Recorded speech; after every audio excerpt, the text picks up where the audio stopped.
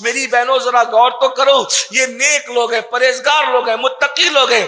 حضرت سیدنا فقی ابو اللہ سمرقندی نقل کر رہے ہیں، عبداللہ ابن عمرو ابن عاص نے پوچھا بابا موت کے وقت کیسا لگتا ہے؟ وہ فرماتے ہیں بیٹا سینے پر زمین اور آسمان رکھ دیے جائیں تو کتنا وزن ہوگا، اتنا وزن محسوس ہوتا ہے۔ میری بہنوں بتاؤ، جن لوگوں نے رسول اللہ کو دیکھا ہے وہ یہ کہہ رہے ہیں، تو جنہوں نے فلمیں دیکھ کر زندگی گزاری ہو، جن لوگوں نے زنا کے مناظر دیکھ کے زندگی گزاری ہو، ہاں جنہوں نے مردوں سے فون پر گھنٹے گھنٹے اورل سیکس کی باتیں کی ہو، لا الہ الا اللہ استغفر اللہ، اندازہ تو فرمائے جنہوں نے گندی گندی باتیں کر کے زنا کے پلان بنائے ہو، جنہوں نے اپنے جسم کی نمائشیں کی ہو، ہاں جن کی نظریں اٹھتی تھی تو چکر مکر ہوتی تھی۔ ذرا غور تو کرو، کہاں رسول اللہ کو دیکھنے والی نگاہیں اور کہاں زنا دیکھنے والی نگاہیں۔ اللہ اکبر، کہاں حلال کی خاطر جنہوں نے پیٹ پہ پتھر باندھے،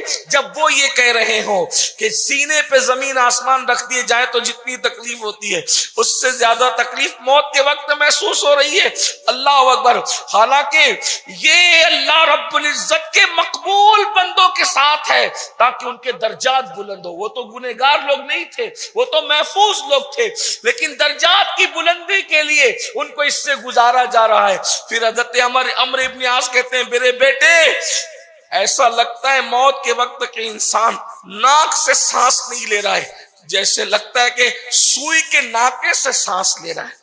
اندازہ فرمائے، اندازہ کرو میری بہنوں، اس گھاٹی سے ہمیں گزرنا ہے۔ یہ جو دل و دماغ کے اندر خط ہے کہ سکون سے انسان چارپائی پر لیٹا ہوا ہے، سکون سے نہیں لیٹا ہے، نگاہوں کا دھوکہ ہے، نگاہوں کا دھوکہ ہے۔ جب اتنے پرہیزگار اور پارسا لوگوں کو اللہ ان کے درجات کی بلندی کے لیے ایسے مقامات سے گزارتا ہے، ہمارا کیا ہوگا؟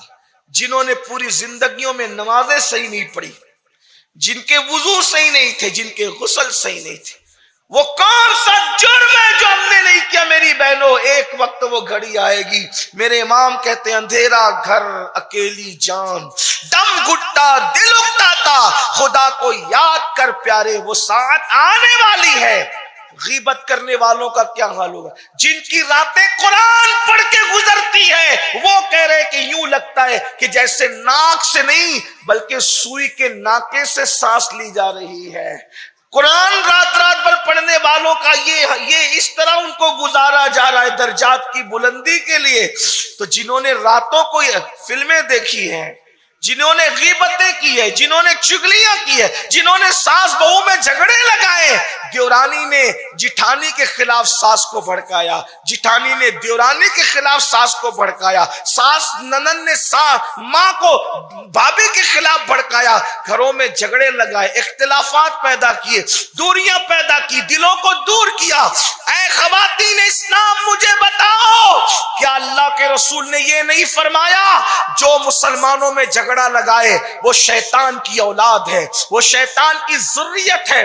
تم نے گھر گھر جھگڑے لگائے، خواتین نے یہی تو کیا الا ماشاء اللہ۔ مجھے بتاؤ میری بہنوں، قرآن پڑھنے کی بجائے ناولیں پڑھی، قرآن پڑھنے کی بجائے واٹس ایپ لے کے بیٹھے، قرآن پڑھنے کی بجائے فیس بک لے کے بیٹھے، رسول اللہ کی نعت پڑھنے کی بجائے زبان سے تم نے اختلافات پیدا کی، جھگڑے پیدا کی۔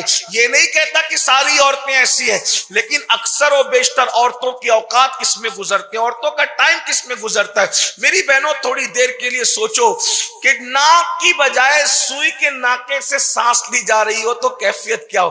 اتنا سمجھ لو، انسان کو زکام ہو جائے اور ناک بند ہو جائے، زکام میں ناک بند ہوتی ہے تو کیفیت کیا ہوتی ہے؟ موت کے وقت جب انسان ناک کی بجائے سوئی کے ناکے سے سانس کی کیفیت میں گزرتا ہوگا تو اس وقت اس کی کیفیت کا عالم کیا ہوتا ہوگا؟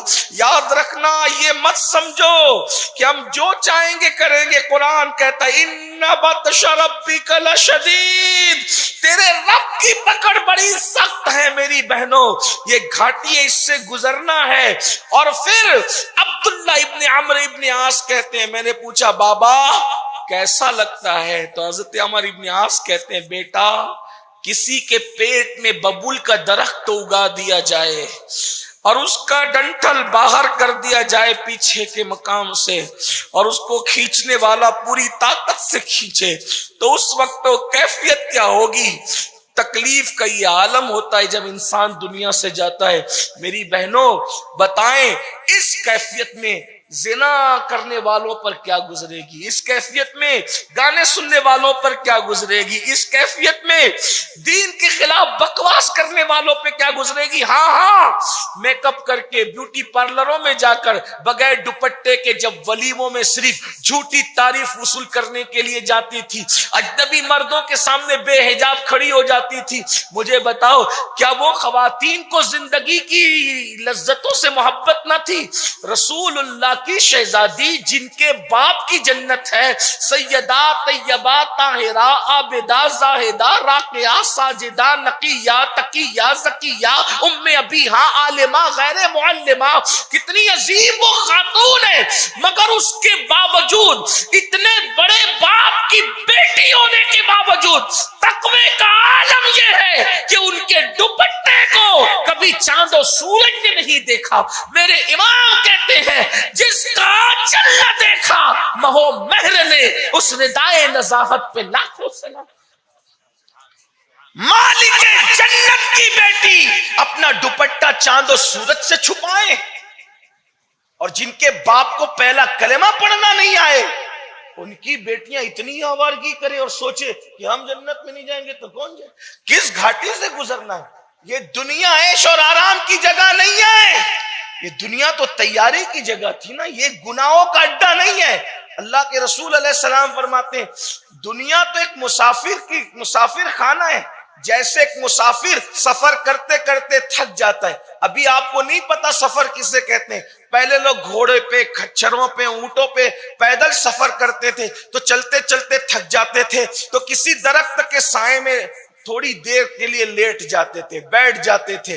آقا فرماتے ہیں جیسے مسافر درخت کے نیچے تھوڑا سستانے کے لیے بیٹھتا ہے لیٹتا ہے، بس ایسے ہی انسان کی زندگی ہے اور کچھ نہیں، اس سے زیادہ کیا ہے؟ اب بتاؤ جو درخت کے نیچے تھک کے لیٹا ہو اس کو گناہ کا موقع کب ہے؟ اس کو ہنسی مذاق کا موقع کب ہے؟ اس کو کھلکھلانے کا موقع کب ہے؟ اس کو غیبت کا موقع؟ انسان جب تھک کے لیٹتا ہے تو سوچتا ہے کہ تھوڑی دیر سستا لوں سو لوں جلدی اپنا سفر کی طرف آگے بڑھوں۔ لیکن آپ بتائیں یہ دنیا سب کچھ ہو گئی ہے، دنیا کی لذتیں سب کچھ ہو گئی ہے، دنیا کی محبت سب کچھ ہو گئی، ایسا لگتا ہے جیسے دنیا چھوڑ کے جانا ہی نہیں ہے۔ میری بہنوں کہاں ہے ممتاز محل؟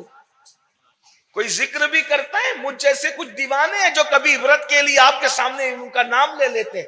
تاج محل میں دفن ہونے والی ممتاز پر کوئی فاتحہ پڑھنے تیار نہیں۔ تاج محل جاتے ہو جا کر کے دیکھو، میں کوئی ممتاز کی غیبت کرنے نہیں بیٹھا، لیکن آپ سے پوچھتا ہوں عبرت تو لو، جو اتنے قیمتی کروڑوں کے گنبد کے نیچے سو رہی ہے، لوگ اس کی قبر پر فاتحہ پڑھنے تیار نہیں ہے۔ اور اس سیدہ کائنات کا حال یہ ہے جس کے گھر میں 3 مہینے تک چولہا نہیں جلا، جمعہ کا خطبہ مکمل نہیں ہوتا جب تک سیدہ پاک کا خطیب نام نہیں لے لیتا۔ آخر کیا فرق ہے؟ کیا فرق ہے؟ تو اللہ کی بندیوں، حضرت سید الطائفہ سیدنا جنید بغدادی نے، اس لڑکی نے جب گناہ کی دعوت دی تو فرمایا جس گناہ کی دعوت ہے لڑکی تو مجھے دے رہی ہے، جب تیری روح نکل رہی ہوگی تو یہ گناہ تجھے اس وقت اچھا لگے گا؟ اس نے کہا نہیں، آپ سے بھی کہتا ہوں جب دل چاہے نا بیوٹی پارلروں میں چہرے بنا کے ولیمہ میں بے حجاب اور بے نقاب جانے کے لیے، میں تو صرف اتنا کہتا ہوں اب تو دیندار گھر والوں کے بھی الا ماشاءاللہ حالات پردے کو لے کر کے اور مرد اور عورتوں کے اخلاق کو لے کر کے سمجھ میں نہیں آتے۔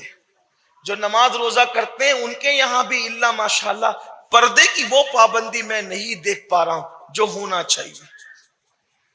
آپ سے پوچھتا ہوں جو مذہب عورتوں کو عزت کے تحفظ کی خاطر مسجد میں جانے سے روک دے، اس مذہب کی عورتیں اگر بیوٹی پارلر میں چہرے بنا کے اور میک اپ کر کے ولیموں میں بے پردہ جا رہی ہے تو میں سوچتا ہوں کہ گنجائش کہاں تک ہے؟ آپ بتائیں اور سن لو، ہو سکے تو اپنے گھر کے مردوں تک یہ جب پیغام جا کر کے پہنچا دینا، ورنہ نہیں تو کم سے کم تم خود سن لو۔ جس گھر کی عورتیں بے حجاب بے نقاب اجنبی مردوں کے سامنے اپنے چہرے کو کھولے اور بے پردگی کرے، میرے آقا فرماتے ہیں وہ مرد اگر منع نہ کرے تو وہ بھی دیوس ہے، دیوس۔ اور اللہ نے جنت کے دروازے پہ لکھ رکھا ہے کہ دیوس پر جنت کی خوشبو بھی حرام ہے۔ اللہ کے رسول نے ان کو دیوس فرمایا۔ تو جو آپ کو گناہ سے نہ روکے وہ دیوس ہے۔ آپ کے گھر کے مردوں کے بارے میں حضور یہ فرمائے تو جو خود بے پردہ اور وہ لڑکے کھلانے کے لیے موجود ہیں، مسلمان بھی نہیں ہوتے بہت سے تو، اور مسلمان بھی اگر ہوں تو بتائیں کہ بے پردگی تو ہوتی ہے۔ آخر ولیموں میں کون سی فضیلت رکھی ہے کہ جو عورتیں جائیں؟ میں یہ نہیں کہتا کہ مت جاؤ، آپ مفتی صاحب سے پوچھیں اس معاملے میں، لیکن اتنا ضرور کہتا ہوں کہ جہاں مرد اور عورتیں بے حجاب اور بے نقاب ایک دوسرے میں خلط ملط ہو جائیں، اسلام ایسے کسی محفل میں جانے کی آپ کو اجازت نہیں دیتا۔ مسجدوں سے جس مذہب، میں کہتا ہوں کہ دنیا میں سب سے بہترین جگہ مسجد ہے۔ جب فتنے کے خوف سے روک دیا گیا، فتنے کے خوف سے روک دیا گیا، عزت اور آبرو کے تحفظ کے لیے روک دیا گیا، تو بتاؤ آپ، بلکہ میں تو کہہ رہا آپ مسجد نہیں جا رہی ہے، باقی سب جگہ جا رہی ہے۔ حالانکہ مسجد سے روکا گیا تھا آبرو کے تحفظ کے لیے، لیکن انسان کو دیکھو تو صحیح کیا حال ہو گیا، مسجد نہیں جا رہے باقی سب جگہ جا رہے۔ کم سے کم اتنی تو عبرت نہیں ہوتی کہ جب سب سے بہترین جگہ اللہ کے نزدیک، سب سے بہتر جگہ مسجد ہے اور سب سے بدترین جگہ بازار ہے، دیکھو کیا حال ہے، دیکھو کیا حال۔ تو جنید بغدادی فرماتے ہیں اے لڑکی تو مجھے بدی کی دعوت دے رہی ہے نا، اگر موت کے وقت یہ گناہ تیرے سامنے تو تجھے کیسا؟ اس نے کہا مجھے اچھا نہیں لگے۔ پھر فرمایا جس گناہ کی مجھے تو دعوت دے رہی ہے لڑکی، جس وقت تیرے نام اعمال تیرے سیدھے ہاتھ میں یا الٹے ہاتھ میں دیا جائے گا، نام اعمال کی تقسیم ہوگی، اس وقت یہ گناہ تجھے کیسا لگے گا؟ اس نے کہا اچھا نہیں لگے۔ پھر فرمایا جب تو پلسرات سے گزر رہی ہوگی، کچھ لوگ پلسرات سے کٹ کٹ کے گر، دیکھو یہ کوئی کہانی قصہ نہیں ہے، پلسرات بال سے زیادہ باریک ہے اور تلوار سے زیادہ تیز ہے، اور جہنم پر بچھا ہوا ایک پل ہے یہ، اور اس پر سے سب کو گزرنا ہے۔ جنت میں جانے کا ایک ہی راستہ ہے اور اس کو پلسرات کہتے ہیں، دوسرا کوئی راستہ جنت میں جانے کا نہیں ہے۔ انبیاء بھی اسی سے گزر کر جنت میں جائیں گے، صحابہ بھی اسی سے گزر کر جائیں گے، حتیٰ کہ سیدہ فاطمۃ الزہرا بھی اس پر سے گزرے گی۔ لیکن بات یہ ہے کہ گزرنے والے اپنی شان کے مطابق گزرے۔ سوچو ہمارا کیا حال ہوگا؟ تو سید الطائفہ جنید بغدادی فرماتے ہیں اے لڑکی جس بدی اور بدکاری کی تو مجھے دعوت دے رہی ہے، جب تو پلسرات سے گزرے گی تو اس وقت یہ گناہ تجھے کیسا لگے گا؟ تو اس نے کہا اے جنید مجھے اس وقت بھی یہ گناہ اچھا نہیں لگے گا۔ تو حضرت جنید بغدادی فرماتے ہیں جب اتنی مشکل گھاٹیوں سے بیٹی تجھے گزرنا ہے، جسے موت کی گھاٹی کہتے ہیں، جسے اعمال کی تقسیم کی گھاٹی کہتے ہیں، جسے پلسرات سے گزرنے کی گھاٹی کہتے ہیں، تو پھر یہ گناہ تو کیوں کر رہی ہے؟ یاد رکھ دنیا کی لذتیں بہت دن تک نہیں ہے۔ اور پھر حضرت جنید بغدادی سید الطائفہ نے اس کو نصیحت کی، تو نصیحت کرنے کے بعد اس کی زندگی بدل گئی، اس کی زندگی تبدیل ہو گئی، اس کی آنکھوں میں آنسو آ گئے، اس کو احساس ہوا زنا، حسن کی نمائش، خوبصورت بال، حسین و جمیل آنکھیں اور ابھرتے ہوئے رخسار، یہی سب کچھ نہیں ہے۔ ارے نادان ہے وہ لوگ، یہ تو یہیں پر قبر میں مٹی ہونے والی چیزیں جس جس پہ انسان ناز کر رہا ہے، لذتیں ختم ہوگی، کھانے چھوٹ جائیں گے، مکان چھوٹ جائیں گے، لباس چھوٹ جائے گا، زیورات چھوٹ جائیں گے، اور شوہر چھوٹ جائے گا، بال بچے چھوٹ جائیں گے۔ سوچو تو صحیح، بار بار ہم پڑھتے ہیں انا للہ و انا الیہ راجعون، بے شک ہم اللہ کے لیے اور اسی کی طرف لوٹ کر جانا ہے۔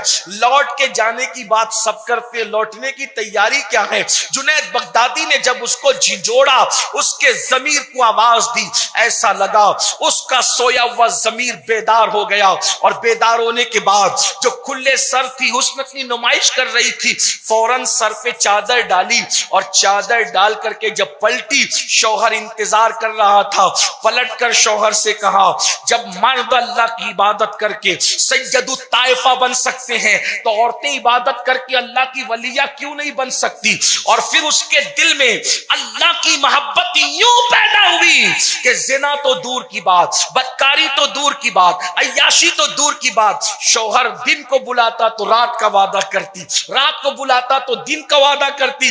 شوہر تو دنیا دار ہی رہا، لیکن یہ ایسی دیندار ہو گئی کہ رات اور دن مصلے پر گزرتا تو شوہر رو کر کے کہتا کس کمبخت نے مجھے مشورہ دیا تھا کہ میں نے جنید کے پاس اپنی بیوی کو بھیج کر کے بگاڑ دیا، ہائے اب وہ راتیں کہاں گئی جب میں اپنی بیوی کے ساتھ عیش کرتا تھا، وہ دن کہاں گئے؟ جنید نے میری بیوی کو بگاڑ دیا، چاندی دن گزرے تھے، وہ خاتون کو اللہ نے مقام ولایت پر فائز فرما دیا، اور جب وہ مقام ولایت پر پہنچی تو اللہ نے اس کے ساتھ رہنے کی برکت سے اس کے شوہر کی زندگی میں بھی انقلاب پیدا فرما دیا۔ اے خاتون جنت کی کنیزوں، یہی برکتیں اللہ والوں کے پاس آنے کی، بیٹھنے کی، زندگیاں بدلتی ہے۔ مگر یاد رکھنا جو سن کر کے دل پر اثر لیتے ہیں ان کی زندگیاں بدلتی ہے، اگر کوئی اثر نہ لے تو پھر ان کی زندگیاں تو نہیں بدلتی۔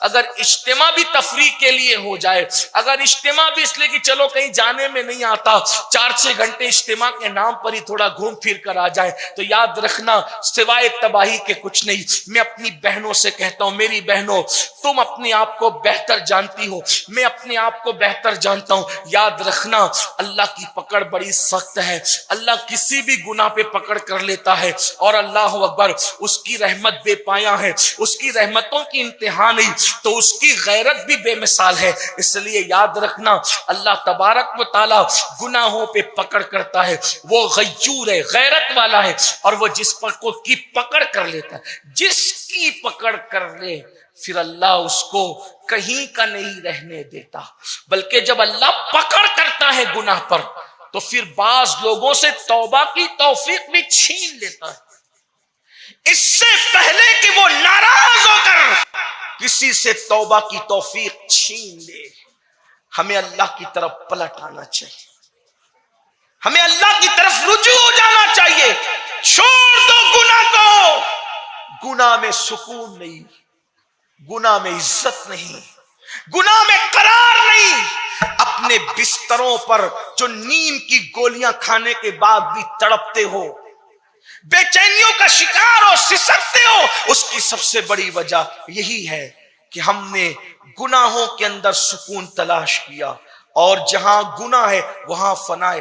بڑی معذرت کے ساتھ اگر آپ کو ایک بات بتاؤں، حیرت ہوگی، اگر نبی کی بیوی بھی اللہ کی پکڑ میں آ جائے تو اللہ رب العزت اس کو بھی نہیں چھوڑ۔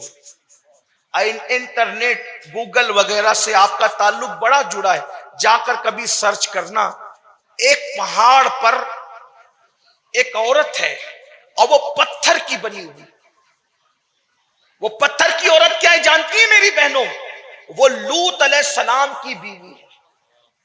وہ کوئی مجرم نہیں تھی، پاپی نہیں تھی، گنہگار نہیں تھی، بلکہ قوم لوط جس گناہ میں مبتلا تھی، تو لوط علیہ السلام کی قوم پہ جو اللہ نے عذاب نازل کیا تو حضرت لوط کی بیوی نے قوم کی ہمدردی میں صرف پلٹ کے کہہ دیا ہائے میری قوم، اللہ نے اس پر پتھر برسایا اور وہ پتھر کی ہو گئی۔ آج تک وہ نشان عبرت ہے۔